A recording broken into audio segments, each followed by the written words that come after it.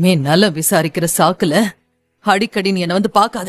மாதிரி ஒருத்தியோட பார்வை என் மேல பட்டாலே அது பாவம்னு நான் நினைக்கிறேன். முதல்ல என் கண் பார்வையில இருந்து விலகி போ. பைரவி, தோசை சாப்பிடுறியா? சாப்பிடு சாப்பிடு சாப்பிடு, நல்லா சாப்பிடு. வேணா உனக்கு இன்னும் 2 தோசை ஊத்தி தரவா?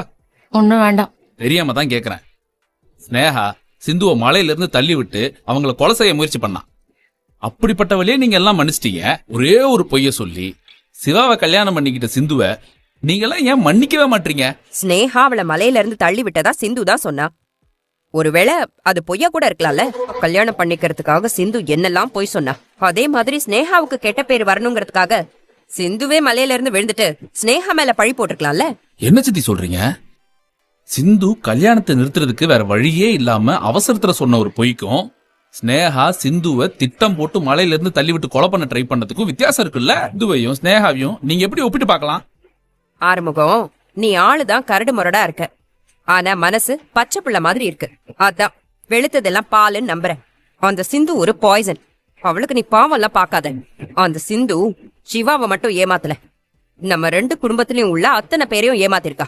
கூட பிறந்த தங்கச்சி, அவளை பெத்த தாய் தகப்ப எல்லாரையுமே ஏமாத்திருக்கா. அவ யாருக்குமே உண்மையா இல்லாதவ. எப்படி மத்த விஷயத்துல எல்லாம் உண்மையா இருப்பா? அன்னபூர்ணி அக்கா சிந்துவை நடத்துற விதம் ரொம்ப சரி. அவ செஞ்ச வேலைக்கு அவளை இப்படிதான் நடத்தணும். அவளே இந்த வீட்டை விட்டு ஓடணும். என்ன பைரவி, என் சித்தி உங்க அக்காவை இப்படி கண்டபடி திட்டுறாங்க. எனக்கு வர கோவம் கூட உனக்கு வர மாட்டேங்குதே. நீ தானே சிந்துக்கு ஆதரவா பேசணும். நீயே இப்படி கண்டுக்காம உட்காந்துருக்க. நீ என்னதான் குட்டிக்காரன் அடிச்சு சிந்து செஞ்சது நியாயம்னு சொன்னாலும் நான் ஏத்துக்க மாட்டேன். சிந்து செஞ்சது தப்புதான்.